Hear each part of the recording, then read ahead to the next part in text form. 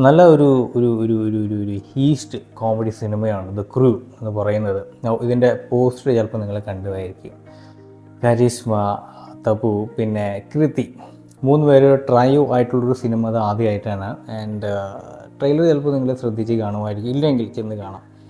That is enough ഒരു inspiration കിട്ടാനായിട്ട് ഈ ഒരു സിനിമ. ഓവറോൾ ഒരു സെക്സിനെസ് ഉണ്ട് ഈ ഒരു പോസ്റ്ററിൽ, ബട്ട് സിനിമയിൽ അത്ര വലിയ നോട്ടബിൾ ആയിട്ടൊന്നും ഫീൽ ചെയ്യത്തില്ല. ബട്ട് സിനിമ ഏറെക്കുറെ എന്താ ഇഷ്ടം പോലെ ഹോളിവുഡ് സിനിമകളുമായിട്ട് ചില റെഫറൻസസ് ഒക്കെ ഉണ്ട്. ചില കോപ്പി ക്യാറ്റ് പോലെ തോന്നും. Same story, same line of action, same line of finishing ആയിട്ട് അങ്ങനെയൊക്കെ ഒരു ഇത് എനിക്ക് ഫീൽ ചെയ്തു.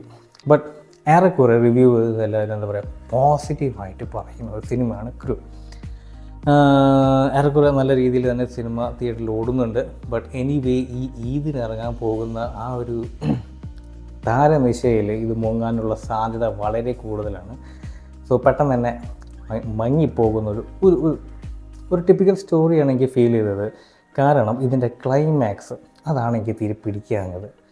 ഒരു usual line of action. And ഇത് കണ്ടപ്പോൾ ആദ്യം തന്നെ ഓർമ്മ വന്നത് പണ്ട് നമ്മുടെ ഷാറുഖ് ഖാൻ ഒരു സിനിമയിൽ അഭിനയിച്ചിട്ടുണ്ടായിരുന്നു. ഇതുപോലെ തന്നെ ഹീസ്റ്റ് സിനിമ.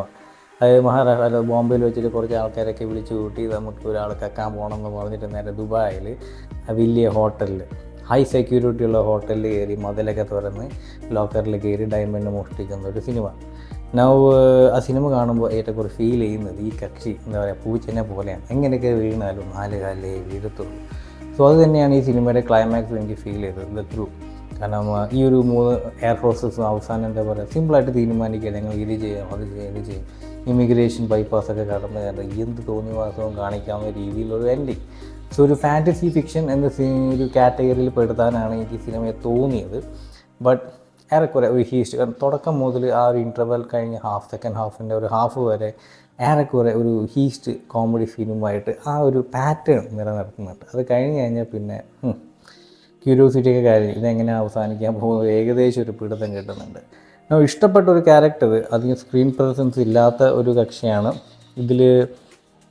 സ്മഗ്ലർ അല്ലെങ്കിൽ കോഹിനൂർ എയർലൈൻസിൻ്റെ ഉടമസ്ഥയുടെ മകളായിട്ട് അഭിനയിക്കുന്ന ഒരു ക്യാരക്ടറുണ്ട്, പേര് ഞാൻ ഓർക്കുന്നില്ല.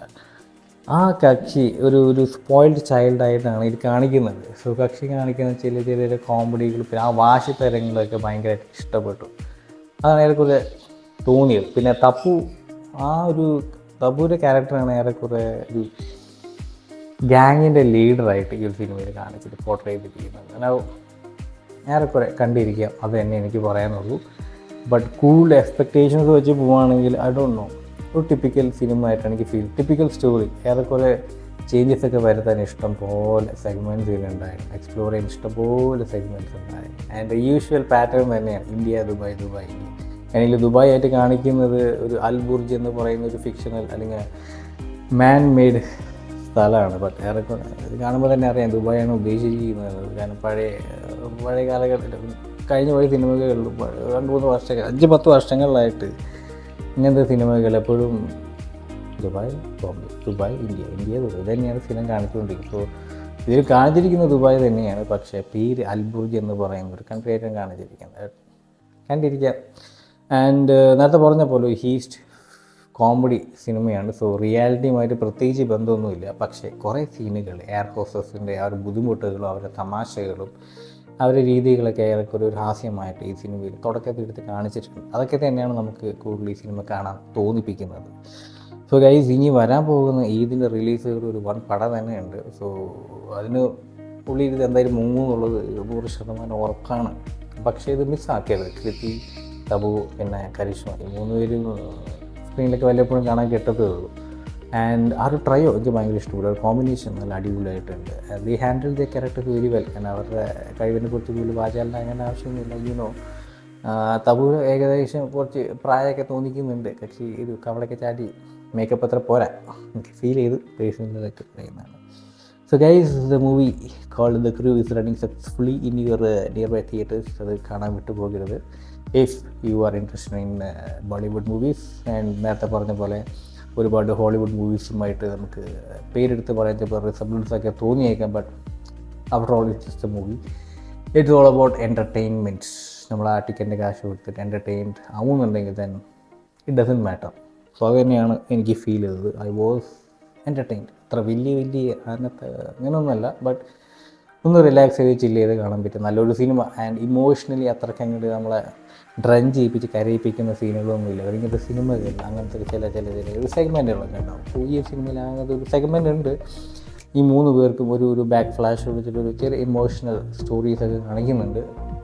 But it doesn't matter. അത്രയ്ക്ക് അങ്ങോട്ട് നമ്മളെ പിടിച്ചിരുത്തി കരയിപ്പിക്കുന്നൊന്നുമില്ല. പാട്ടുകളും കൊള്ളാം. ആൻഡ് ഓവറോൾ റിവ്യൂ ഒക്കെ കിട്ടിയത് റോട്ടൺ ടൊമാറ്റോസിൽ കൊടുത്തിരിക്കുന്ന 3.5 ഔട്ട് ഓഫ് 5 സ്റ്റാർസ് തന്നെയാണ്. So that's more than enough for you guys to watch. So guys മറക്കണ്ട റിവ്യൂ. ഇനി അക്ഷയ് പടം ഇറങ്ങുന്നുണ്ട്, പൃഥ്വിരാജൊക്കെ അഭിനയിക്കുന്ന ഹിന്ദി സിനിമ. സോ അതിൽ മിക്കവാറും ഇത് മുങ്ങിപ്പോകും. അതിന് മുൻപ് കാണാൻ തന്നെ ശ്രമിക്കുന്നതായിരിക്കും വളരെ നല്ലത്. പിന്നെ ഇപ്പോൾ അതിൻ്റെ ആവേശം ഇറങ്ങുന്നുണ്ട്. ഇപ്പോൾ ഒരു 1 വരെ തന്നെ ഈ റിലീസ്, ഇപ്പോൾ വിഷു റിലീസ് വരുന്നുണ്ട്. It's up to you guys. It's my recommendation. You guys watch it, and I'll catch you guys next new review. Until then, stay